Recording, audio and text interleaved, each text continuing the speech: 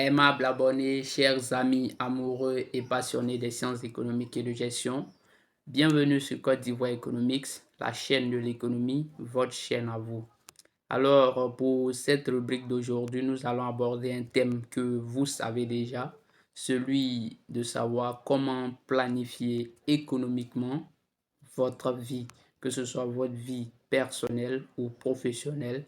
Dans cette vidéo, nous allons aborder une théorie économique qui explique ou qui essaie de toucher un peu à cet aspect-là, celui de comment mieux planifier sa vie professionnelle ou personnelle, voilà, économiquement ou disons même financièrement. Donc, cette rubrique d'aujourd'hui s'inscrit dans la logique même de notre chaîne. Comme on l'a dit, Côte d'Ivoire Economics est une chaîne qui a pour but d'apprendre l'économie à toute personne, que vous soyez économiste ou non. Nous voulons que euh, on arrête de penser que l'économie, c'est uniquement parler de monnaie. Voilà.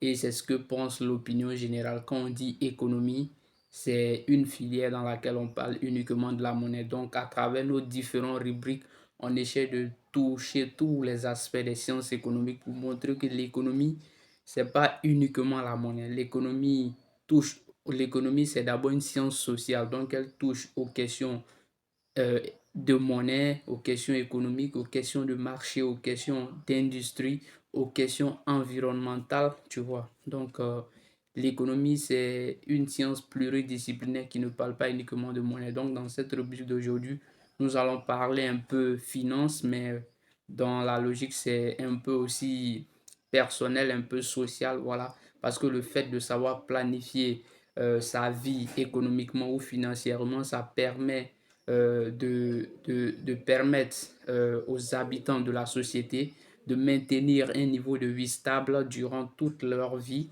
ce qui fait que si dans un pays la population est heureuse, la population a un niveau de vie élevé, cela se répercute automatiquement sur l'économie du pays, sur la croissance du pays, sur le niveau de vie des populations et ainsi de suite. Donc, nous vous prions de rester branchés et de suivre cette rubrique d'aujourd'hui. Alors, sans plus tarder, let's go.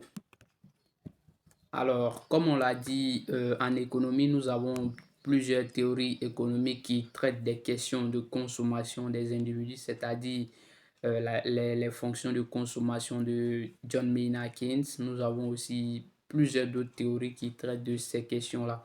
Mais aujourd'hui, nous allons mettre l'accent sur la théorie du cycle de vie de Franco Modigliani. Alors, il faut savoir déjà que Franco Modigliani, c'est un économiste américain d'origine italienne, voilà, qui a été élu prix Nobel d'économie en 1985 et grâce à cette théorie-là qu'il a mise au point, qu'il a mise en lumière, cette théorie du cycle de vie. Donc, dans cette théorie-là, Franco Modigliani essaye de montrer ou de donner des directives aux consommateurs ou aux ménages qui sont nous les personnes.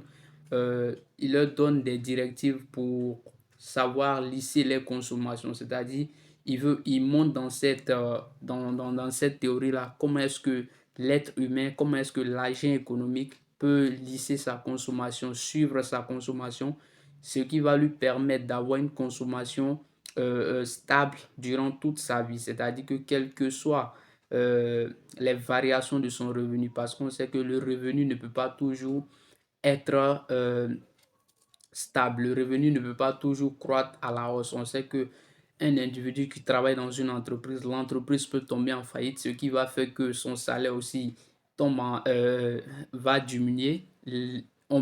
Cet individu-là aussi peut être licencié de son travail. Tout ça, ce sont des aspects qui peuvent arriver. Donc, dans cette théorie-là, Franco Modigliani essaie de mettre en lumière certaines astuces à prendre en compte pour pouvoir tenir.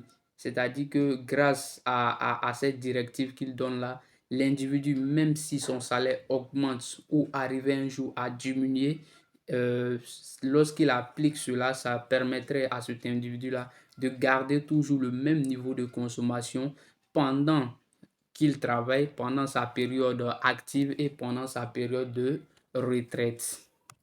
Alors, pour commencer avec la mise en place de cette théorie, Franco Modigliani a mis d'abord au point trois principes de base, c'est-à-dire que sur ces trois principes-là, qu'il va se baser pour pouvoir étudier cette théorie-là et faire ressortir les résultats qui adviendront.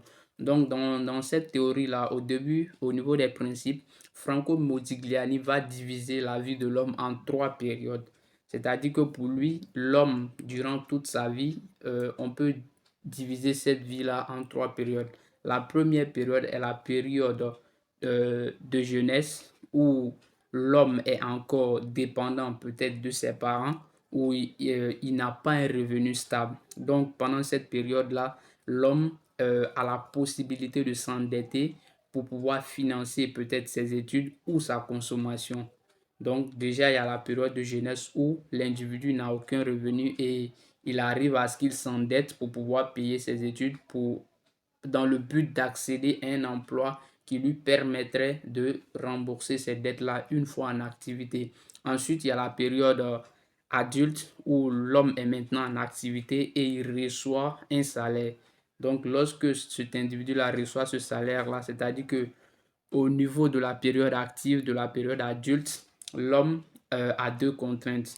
Une contrainte qui est d'épargner son salaire pour rembourser les dettes qu'il avait encourues pendant sa période de jeunesse pour payer sa scolarité.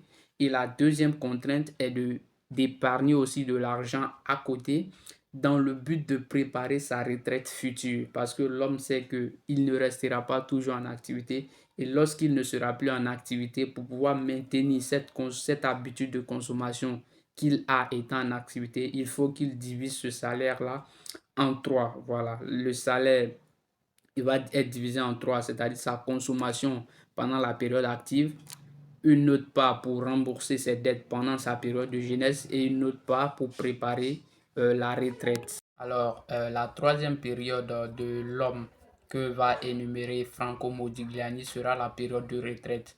Donc, lors de cette période-là, Modigliani montre que lors de cette période, le revenu de l'individu va naturellement diminuer parce qu'il ne sera plus en activité, il sera à la retraite. Maintenant, pour pouvoir maintenir le niveau de consommation que l'individu avait pendant qu'il était en activité, il va falloir puiser dans l'épargne que l'individu a pu constituer pendant sa période active pour pouvoir maintenir cette consommation-là inchangée. Donc, en définitive, ce que va préconiser Franco Modigliani, c'est de demander à l'individu qui veut planifier économiquement sa vie après sa période d'activité, il va falloir mettre un accent particulier sur l'épargne pendant la période active. C'est-à-dire qu'il faut mettre en place une épargne conséquente pour pouvoir se construire un patrimoine important pendant qu'on est en activité. Donc, pendant l'activité, l'individu doit se servir de son salaire pour rembourser sa période d'études, les dettes qu'il a encourues pendant sa période d'études et après consacrer une majeure partie de son salaire à l'épargne dans le but de maintenir son niveau de consommation lorsqu'il va subir un licenciement ou lorsque peut-être son entreprise va tomber en faillite ou quand il sera à la retraite. Et de même, Franco Modigliani va demander à l'État de permettre et de mettre les conditions nécessaires pour les personnes en activité afin de les envoyer à épargner le maximum d'argent pendant qu'ils sont en activité pour pouvoir maintenir leur niveau de consommation inchangé. Donc, cela va avoir des répercussions, comme on l'a dit, positives sur l'économie parce que dans un pays, un État cherche à satisfaire euh, la satisfaction générale. C'est-à-dire que le premier but de l'État, c'est de rendre son peuple heureux. Donc si l'État arrive à mettre en place des mécanismes qui peuvent encourager et faciliter l'épargne des individus pendant qu'ils sont en activité, quand ils seront à la retraite, ils n'auront pas de problème financiers, ce qui va leur permettre de subvenir à leurs besoins et de maintenir les consommations inchangées. Donc, pour pouvoir planifier votre vie économiquement, en définitive, il faut savoir que, comme on le dit en économie, l'épargne est un luxe. Donc, la seule manière de pouvoir planifier votre vie et avoir une vie meilleure, c'est de mettre l'accent sur l'épargne. Toujours épargner une grande partie du salaire pour pouvoir répondre aux attentes de l'avenir. Quand on dit épargner aussi, beaucoup pensent à prendre l'argent déposé à la banque. Épargner, ce n'est pas uniquement déposer de l'argent à la banque. On peut déposer de l'argent à la banque pour épargner et lorsque cet argent a atteint un niveau, un quelconque niveau, on prend cet argent-là qu'on réinvestit dans une activité qui nous permet d'avoir le double qui était à la banque. Et tout ça, ce sont des mécanismes pour pouvoir augmenter le revenu et maintenir la consommation. C'était tout pour cette vidéo d'aujourd'hui et j'espère que vous savez maintenant comment planifier votre vie économiquement et financièrement. Si vous avez d'autres questions, vous pouvez les poser en commentaire et nous serons ravis de vous répondre. Alors en définitive, sachez que d'après Franco Modigliani, votre niveau d'épargne pendant votre période active déterminera la vie que vous mèneriez lors de votre période de retraite.